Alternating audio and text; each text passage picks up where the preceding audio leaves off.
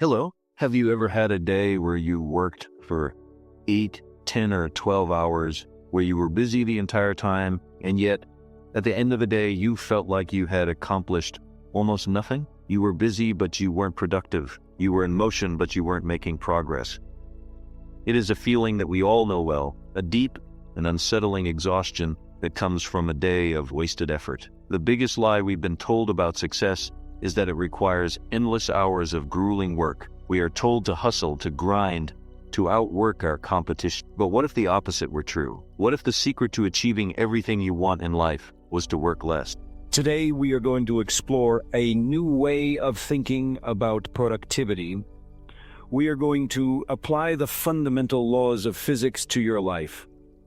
Because the universe does not operate on willpower and brute force, it operates on the principle of least effort. And when you align your life with that simple, elegant law, you will find that you are no longer pushing against the current. You are flowing with it. This is the physics of effortless productivity, a system designed to help you stop working hard and start working smart. Now, before we begin, a simple but profound idea. You are not a machine. You are not meant to run on a continuous loop of a single repetitive motion. You are a biological organism fueled by energy. The problem is that most of us treat our lives like a clock. We measure our productivity in hours, minutes, and seconds. But a far more powerful and accurate way to measure our progress is in energy. How much energy are you putting out, and what is the return on that investment?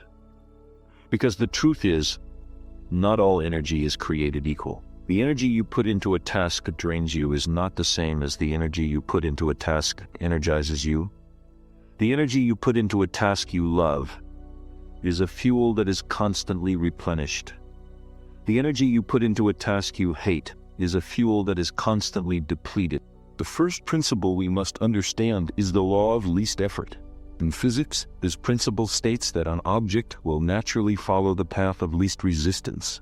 A rock rolling down a mountain will follow the path of least effort. A bolt of lightning will follow the path of least resistance to the ground. This is a fundamental law of the universe, and it is also a fundamental law of your life. The reason we procrastinate, the reason we get distracted, the reason we feel stuck, is that our subconscious minds are operating on the law of least effort. They are trying to move us away from pain and toward pleasure. This is not a weakness. It is a feature of the human brain. And when you understand this, you can stop fighting against your own nature and start working with it. Instead of fighting the law of least effort, we can use it to our advantage. The goal is not to force yourself to do things you hate. The goal is to make the things that matter, the things that move you toward your goals, the path of least resistance. You do this by removing all of the friction, all of the obstacles, all of the reasons to procrastinate. The goal is to make the right choice, the easy choice, because when the path to your goals is the path of least resistance, you will find that you are no longer pushing a boulder uphill. You are simply flowing with a current that is carrying you forward. The second principle we must understand is the 80-20 rule of energy. The 80-20 rule, also known as the Pareto principle, states that for many events, roughly 80% of the effects come from 20% of the causes. In business, it means that 80% of your sales come from 20% of your customer. In health, it means that 80% of your results come from 20% of your habits. In your life, it means that 80% of your productivity, your progress, and your fulfillment comes from just 20% of your daily activity. And the vast majority of our time is spent on the other 80% of activities that bring very little in return. The key to effortless productivity is to stop measuring your day by what you did and to start measuring it by what you did not do. The key is to stop doing the 80% of activities that bring very little in return and to double down on the 20% of activities that bring a massive return. This is not about being lazy. This is about being ruthless with your time and energy. This is about being strategic. This is about being effective. This is about being brilliant. So, how do you do this? How do you identify your high leverage activities? The answer is simple. Take out a piece of paper and write down all of the activities you do on a daily basis. Now, for each of those activities, ask yourself a simple question. Is this a high leverage activity? Does this activity bring a massive return on my investment of time and energy? For a writer, a high leverage activity is writing. It is not answering emails. It is not scrolling social media. It is not perfecting a website. It is writing. For a business owner, a high leverage activity is connecting with a key client. It is not answering 1,000 small questions. It is not busy work. It is the one or two things that truly move the needle. Now, once you have identified your high leverage activities, your 20%, I want you to be ruthless. I want you to eliminate, automate, or delegate the other. This is the most difficult and most important step in the entire process, because we are so conditioned to believe that more is better. We are so conditioned to believe that we must be busy, but the truth is, busyness is a distraction. It is a way to feel like we are making progress without ever actually having to do the hard work that matters. Now, let's talk about the 3 types of energy in physics.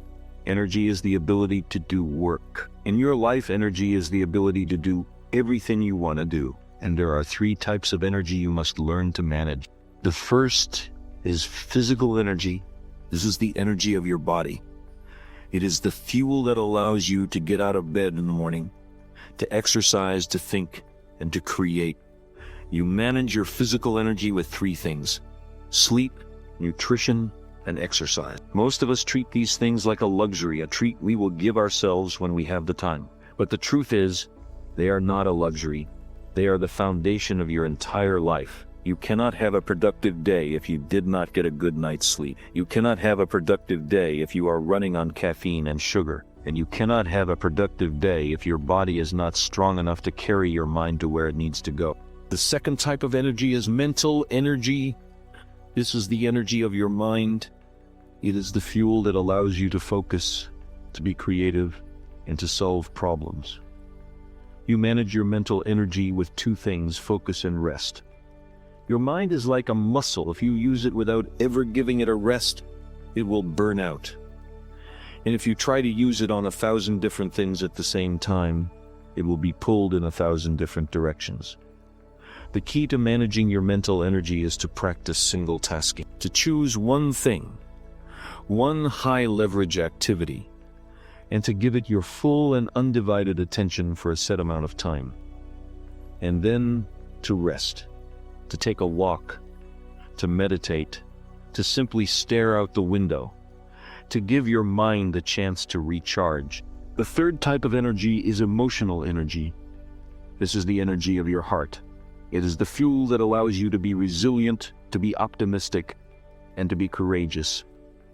You manage your emotional energy with 2 things: gratitude and connection. When you live in a state of gratitude, you are constantly sending a signal to your subconscious mind that you are worthy of all the good things that the universe has to offer. And when you connect with people who lift you up, who challenge you, and who support you, you are constantly replenishing your emotional fuel tank. This is not just a feel-good exercise, it is a fundamental law of human existence. You are a social animal, and your emotional energy is a product of your relationship. Now, let's bring it all together into a simple 3-step system that you can start using today. Step 1, the energy audit. Take out a piece of paper and write down the 3 types of energy we just talked about: physical, mental, and emotional. Now, for each one, I want you to give yourself a score from 1 to 10. Be honest with yourself. Are you getting enough sleep? Are you eating healthy? Are you taking time to rest your mind? Are you living in a state of gratitude? Are you spending time with people who lift you up? This is not a judgment. It is a simple act of awareness, because you cannot change what you are not aware of. Step 2, the energy reinvestment. Now that you know where your energy is being spent, you can begin to reinvest it. Take all of the time and energy you are currently spending on low-leverage activities, on things that are draining you, and redirect it to your high-leverage activities. Stop spending an hour a day on social media and use that time to read a book. Stop spending an hour a day in traffic and use that time to listen to a podcast. Stop spending an hour a day worrying about things you cannot control and use that time to connect with a loved one. This is not about creating more time. It is about reallocating your existing energy in a more intentional way. Step 3, the refuel. This is the most important step in the entire process. You cannot constantly give without ever refueling. The most successful people in the world are not the ones who are constantly working. They are the ones who are constantly refueling. They know that rest is not a reward. It is a necessity. It is the time when your mind and body get a chance to recharge. So find a system that works for you. Maybe it's a daily meditation practice. Maybe it's a walk in nature. Maybe it's a quiet half hour with a cup of tea. It doesn't matter what it is as long as it gives you a chance to recharge your energy tanks. This is not a luxury, it is the most productive thing you can do all day. The lie is that you need to be busy to be productive. The truth is, you need to be intentional. You need to be strategic. You need to understand that your energy is your most valuable asset. And when you learn to manage that asset with the precision of a physicist, you will find that you are no longer pushing against the current, you are flowing with it. You are no longer working hard, you are working smart. And you are no longer just a passive observer in your life, you are the master of it. This is the fundamental shift from seeing productivity as an act of brute force, to seeing it as an act of graceful alignment.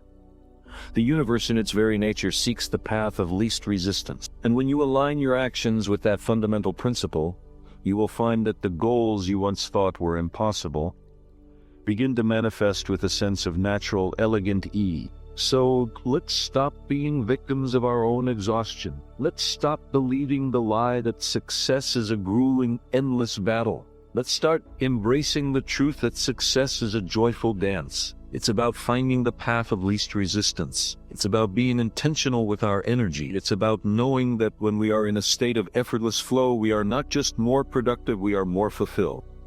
The most successful people are not the ones with the most willpower. They are the ones who have created a system that makes the right choice the easy choice. They have made the path to their goals the path of least resistance. They have learned how to manage their energy with the precision of a physicist. And in doing so, they have unlocked a level of productivity that the average person can only dream of. And it is not magic, it is simply the application of a fundamental law of the universe. Now let's go a layer deeper. We've talked about a systematic approach to productivity, but what about the experience itself? What does true effortless productivity feel like? The answer lies in a state that has been studied by psychologists for decades. Flow state. You have probably experienced it without even knowing the name. It is that magical moment when you are so deeply engaged in an activity that you lose all sense of time. Your self-consciousness disappears. Your mind is fully focused on the task at hand, and the work feels almost effortless. It is the state of a musician lost in a piece of music, an athlete in the zone, or a writer so engrossed in their story that they don't notice the hours passing. Flow is not a mystical concept. It is a neurological phenomenon. When you are in a state of flow, your brain releases powerful neurotransmitters like dopamine, which act as a reward for your focus, encouraging you to stay on task. At the same time, the brain's prefrontal cortex, which is responsible for self-awareness and criticism, temporarily goes quiet. This is why you lose all sense of self-doubt and fear. This is why you feel a deep sense of joyful immersion. The greatest thinkers, artists, and innovators in history have all instinctively understood the power of this state. So, how do you get into a state of flow? The answer lies in the principles we have already discussed. The path to flow is the path of least resistance. It is not about fighting distractions. It is about creating an environment where distractions are impossible. It is about removing the friction. You do this, eliminating external distractions. Turn off your phone, close all unnecessary tabs on your computer, and find a quiet space. The smallest notification, a single ding from your email, can pull you out of flow. The goal is to make the environment as frictionless as possible, focusing on a single clear task. The human brain is not good at multitasking. It is a myth.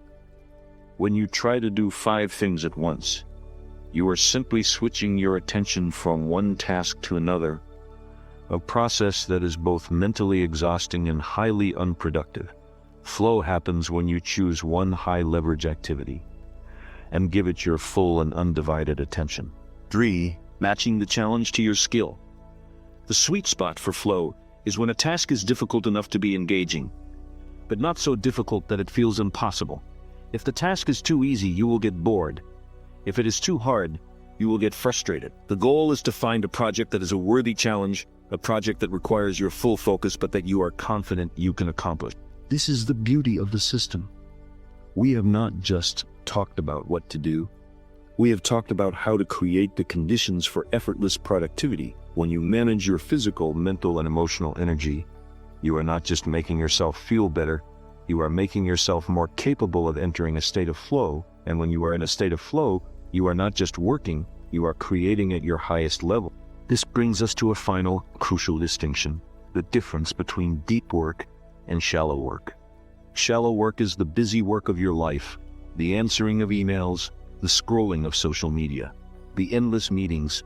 It is work that is easy to do, but that brings very little in return. Deep work is the high-leverage activity, the writing of a book, the building of a business, the creation of a piece of art. It is work that is difficult to do, but that brings a massive return.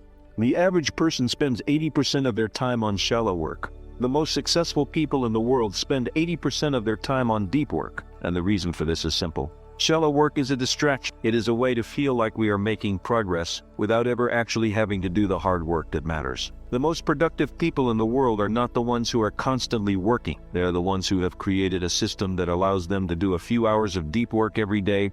They have made the path of deep work the path of least resistance. The lie is that you need to be busy to be productive. The truth is you need to be intentional. You need to be strategic. You need to understand that your energy is your most valuable asset. And when you learn to manage that asset with the precision of a physicist, you will find that you are no longer pushing against the current. You are flowing with it. You are no longer working hard. You are working smart. And you are no longer just a passive observer in your life. You are the master of it. And this is not just a new way to work, it's a new way to live. When you stop fighting against the current and learn to flow with the universe's natural principles, you will discover a level of effortless productivity and fulfillment you never thought possible. This is the ultimate freedom to know that your success is not a battle to be won, but a flow to be entered.